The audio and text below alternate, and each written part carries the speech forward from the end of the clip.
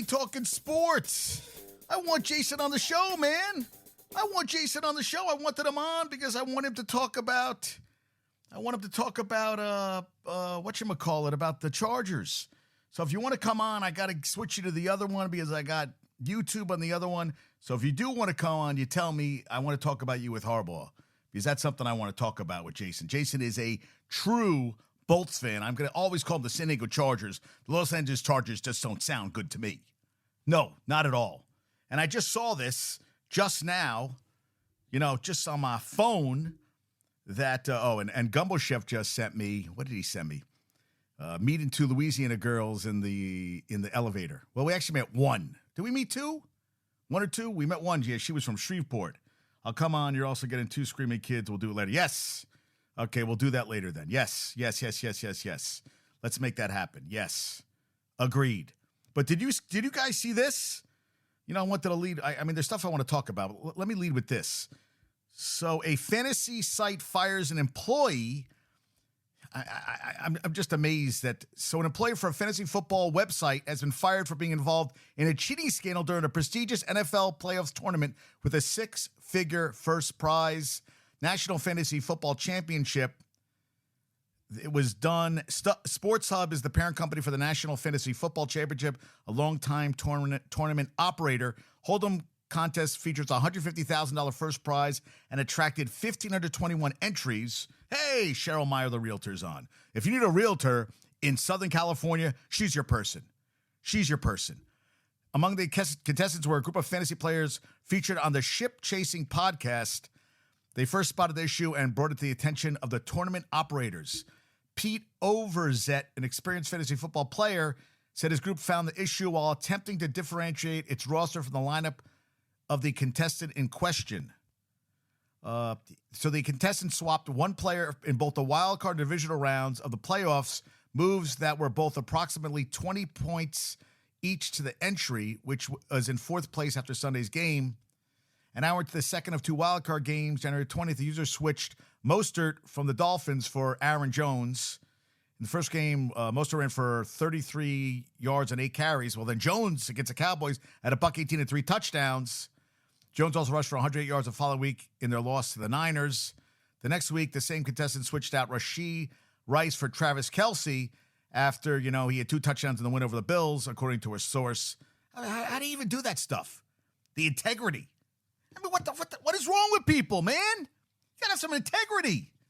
Oh, my God. Now, in my walk of life as a trainer, I get exposed to a lot of stuff. There are death cafes. You know what a death cafe is? People like to talk about death, and there are death cafe nights where people come in and talk about death. Death cafes. That's one of them. And I didn't know this. This is very niche. There are, let me get this right. I want to make sure I get this right. Amish romance novels. Romance novels. So I guess it's like, Witness with Harrison Ford. It's like that kind of thing where, the passion inside their body's going to come out as his smelly body from his clothes that have been on for 14 days stuck to his body. And he looked at the woman with the hairiest legs he's ever seen because he was into hair on her legs. And he said, "That's the woman I want to end up with. I'm in love. I love her so much. She's the love of my life." Oh, yes. Amish romance novels. I said, that's what I got to get into. I got to start doing, hey, Josh. Hey, Rob, how you doing? I said, I got to get into that stuff. So I thought that was really good. Now, my picture I have up today, I got a football card of Harbaugh. His last year playing 2000 was with the Chargers. I thought that was kind of apropos for today. They're saying that Sharon Moore will be the next head coach. And Brian Kelly, Barrett Sally, a guy I follow, says that Brian Kelly be the next head coach. Are you kidding me? Brian Kelly, Barrett Sally, are you kidding me? Are you kidding me? I was like, no way do they want him in Ann Arbor. No way. And then one of the guys in Company of Jace, who's Hoj, I don't even know how you say his name, was saying first he heard someone saying Urban Meyer wants the Michigan job. Are you kidding me? Now, I know that Pitino went from Kentucky to Louisville, and that was crazy in its own right. But this, come on. Now, we also, so I am on a tweet that goes on forever with Aaron, Rob, and Josh from Company of Jace. Now, we're trying to get a show to do together, all of us, in person, which should happen in the near future. But I saw a thing last night that said that Doc Rivers is a top 15 coach in football, in basketball, all time. So, you know what? It made me think, and they're arguing that he's overrated. Well, guys, in the top 20 coaches wins-wise, he is number 9 all time. He has won 1,097. He is one away from passing Larry Brown, and reportedly he signed a $40 million contract. He is only 58 behind Phil Jackson, and he is 78 behind George Karl. So the top is Popovich, who won 5 rings. You got Nelson second with 1374. 1335, Don Nelson, who never, ever never won a conference championship, and never won the conference, and never won a championship. 0-0. Lenny Wilkins won a title. He's third with 1332. So Popovich has 6. Wilkins has 2. Jerry Sloan, Wilkins has 1 ring. Popovich has 5. Popovich has 5 rings. Wilkins has 1. He's third. Wilkins has 1332. Then it's Jerry Sloan with 1221, who had some very good teams with the Utah Jazz. But didn't Jerry Sloan pass? Am I correct in this? I think, didn't Jerry Sloan pass away? Am I correct? I thought Jerry Sloan got sick and he passed away. Jerry Sloan. Yeah, 2020. I remember he passed. Jerry Sloan was a hell of a coach, and he had great teams in Utah. They just couldn't beat the Bulls. So that was another guy on the list who's up there in the top 4. Then Riley is 5th with 1210. Plus Riley has 9 conference championships and 5 rings. Then George Karl is 6th with 1175 with no championships. 7th is Jackson, 1155 with 11 rings, which is, you can't even.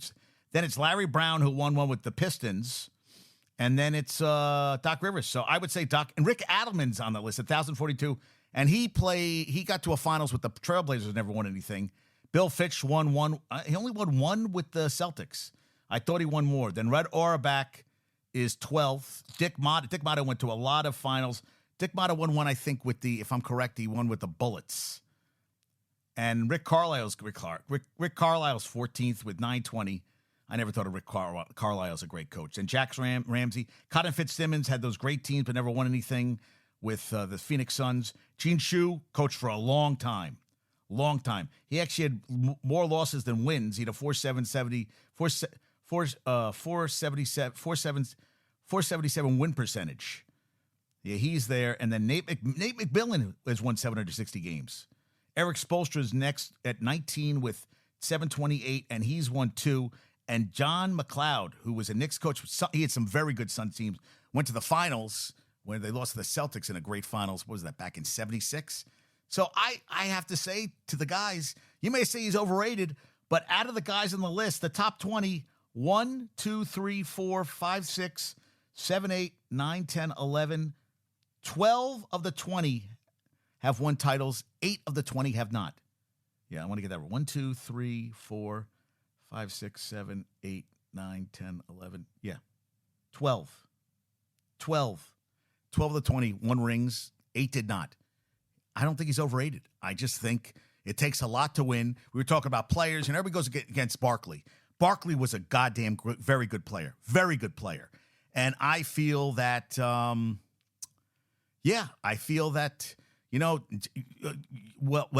about it. Julius Erving went to all those finals. They only won 1. They won 1 goddamn finals. They played the Trailblazers. They played the Lakers. Wait, I'm trying to think. How many NBA finals did Julius Erving play in? He played NBA finals, Julius Erving. Played a lot. Julius Erving. All right, so Julius Erving played. Oh, they're showing his last season. I'm trying to see. Julius Erving led the Sixers to the finals 4 times in 7 years. including 83